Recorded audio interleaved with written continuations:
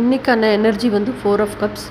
4 of Cups அப்படிங்கிற energy என்ன அப்படின்னு சொன்னால் 3 of Cups அப்படிங்கிறது ஆக்சுவலாக செலிப்ரேஷன் அப்படிங்கிறது என்னென்னா 3 ஃப்ரெண்ட்ஸு சேர்ந்து பார்ட்டி பண்ணி செலிப்ரேட் பண்ணுற மாதிரி காமிப்பாங்க. But what I feel is உங்களோட மைண்டு, பிரெயின், ஹையர் செல்ஃப் 3, அதாவது மனசாட்சி, புத்தி 3 ஒரே அலைன்மெண்ட்டுக்கு வர்றது தான் கொண்டாட்டம் அப்படின்னு நான் நினைக்கிறேன்.